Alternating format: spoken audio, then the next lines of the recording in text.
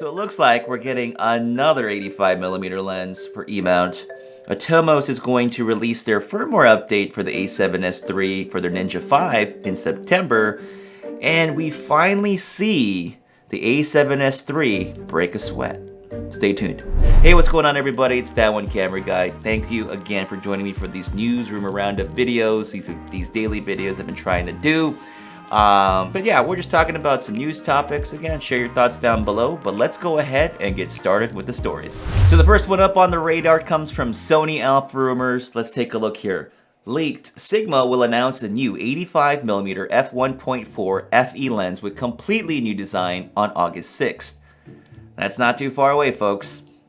The image above shows the new Sigma 85mm f1.4 FE with completely new design. It will be announced on August 6th. As you know, the current 85 1.4 FE lens is just a DSLR lens with a tube literally glued on it. This one is specifically designed for Sony E and L mount system.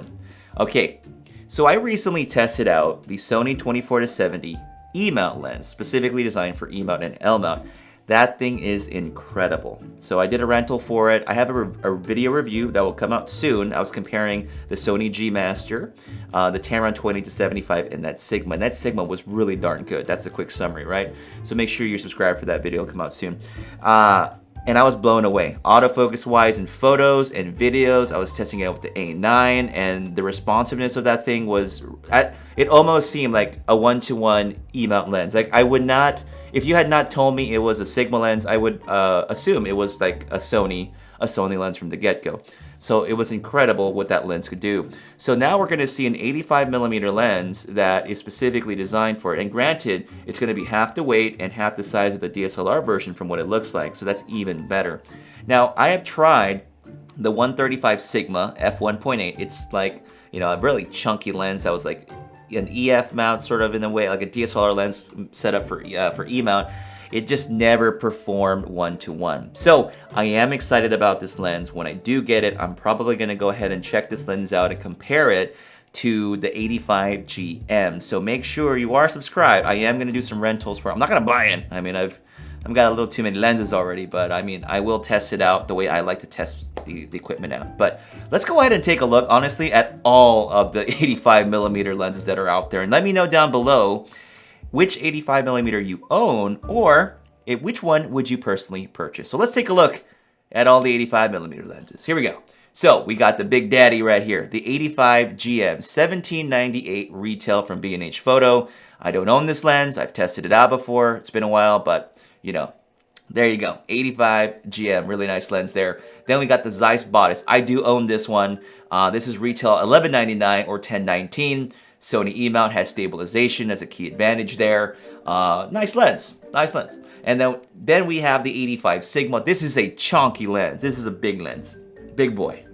All right, 85 Sony E-mount 1.4, and they're gonna cut that in half. That's gonna be incredible. So $1199 retail, $1099 on sale in the meantime. Then we got the Samyang / Rokinon, $699, $599 Sony E-mount. I don't recall exactly if I was not impressed with this 85 or not. It could have been a good one. I don't recall. 85 f1.8. I have this one here, a solid option, pretty good price point. Now I forgot about the Tokina, but the Tokina comes in at $449 or $499 retail, and then finally the Viltrox at $399. I think there was a sale on it. So I have actually did a rental for this Viltrox. It's actually coming in today when you see this video, if you see it, the date's released. And I am gonna be doing a side-by-side test with my Zeiss bodice and my Sony 85 f1.8, so make sure you're subscribed when that video comes out. So it'll be interesting to see sort of the budget price ranges for these particular lenses for the 85. So I am excited to test it out. It seems to be a good lens, but I wanna see how well it performs for Sony E-mount. I am going to have affiliate links down below if you want to support the channel. I would really appreciate it. I don't have Amazon affiliate, just B&H unfortunately. So, but yeah, anything we'll do will help. All right, moving on to the next story. We are looking at the Atomos Ninja 5. We'll record 4K 60p 12-bit ProRes RAW over HDMI from the Sony a7SIII. Whoa, well, I thought it was 16-bit. What's going on here? Now, I'm not going to say I know every little detail about this, but I just want to let you know what's going on. Atomos announced that the Ninja 5 will get a free Atomos OS update in September 2020, obviously when the A7S III is out, that's great, will allow the recorder to capture the 16-bit raw linear output from the Sony a7S III and push it out as a 12-bit log ProRes RAW file. This will work at up to 4K 60p. Since the Ninja 5 records the entire sensor, it will actually give you roughly 4.2K, a bit over C4K or DCI 4K resolution. So we're getting just a little bit more resolution. That's what I want. That's what I want. That's great. Let's scroll on down here. As we know from yesterday's A7S III release, the camera will not only offer impressive internal recording modes with up to 4K 120 and 10-bit 422, but it can also output 16-bit raw video signal over its full-size HDMI connector. The Ninja 5 will be able to record full dynamic range of the A7 III in 12-bit Apple ProRes RAW for enhanced latitude in post-production. The RAW files are optimal for HDR finishing or for greater flexibility in SDR Rec 709. Images are recorded directly to the SSD, as the Sony a7S III only records UHD internally. This is the only way to get C4K or DCI 4K resolution. Ninja 5 records the whole sensor, which is roughly 4.2K, a bit over C4K or Cinema 4K resolution. The 16-bit linear RAW output of the A7S III is compressed and recorded in the Ninja 5 as 12-bit ProRes RAW at up to 4K 60p. One key benefit, especially in low light and high ISO, is that the ProRes RAW files will allow users to take fine control of how noise reduction and sharpening is applied to images. So I guess you can bypass it, what they're saying here, and you can apply all of that stuff for what you're looking for. So I guess you're still reading the 16-bit signal, they're just putting it into a 12-bit format. That's still going to give you a lot of the latitude of that particular file. I think they've been mentioning that they don't even know how big the file sizes are going to be yet, so it's pretty crazy. So, but yeah, anyway, September 2020 is when that's going to be out. And on to our last story. All right, so this one's coming on over from Dan Watson. Great dude, does some really level-headed videos. Really like his content.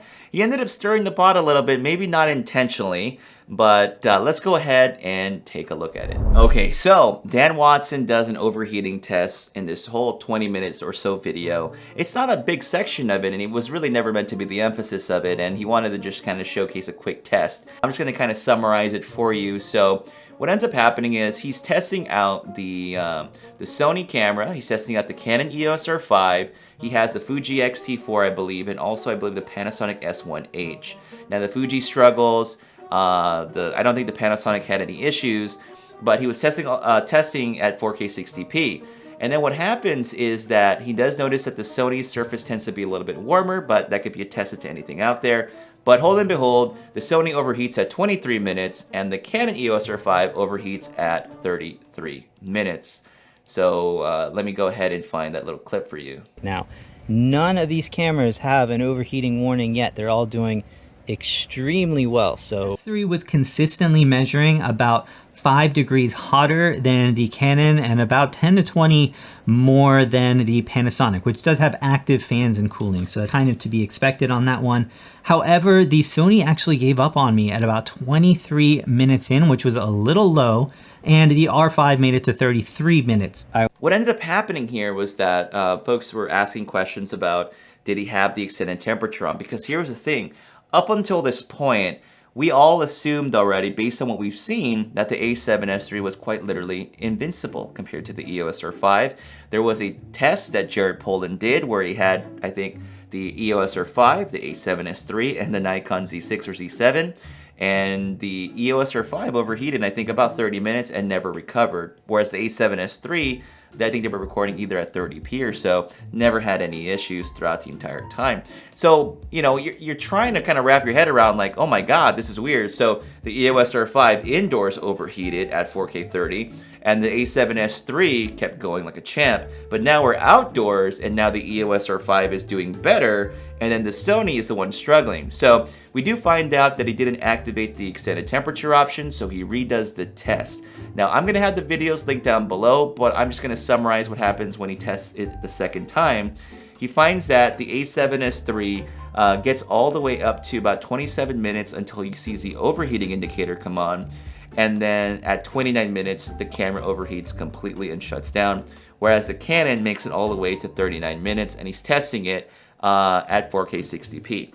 So whatever you might see of this, I think it's really good that we're seeing this stuff start showing up, because this is the same thing I was saying. Once people get the cameras in their hands, we'll start to see some of these nuances, that it's not all black and white in terms of whether or not the camera is going to perform well. I thought it was just very, very interesting to see that, because up until then, everyone was praising the A7S III as sort of the king when it comes to overheating, but in this particular use case scenario, the EOS R5 for him tended to work better.